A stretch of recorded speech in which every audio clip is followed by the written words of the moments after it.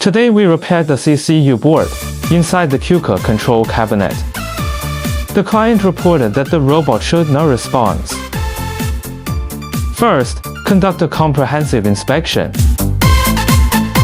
Still replacing the parts, we moved the unit to the testing area for assembly and testing.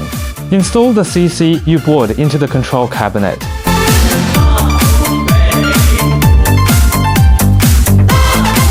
Set the teach pendant parameters. The teach pendant is operating normally. The robot is rotating normally as well. Contact me for robot maintenance. We can handle all kinds of tricky problems perfectly for you.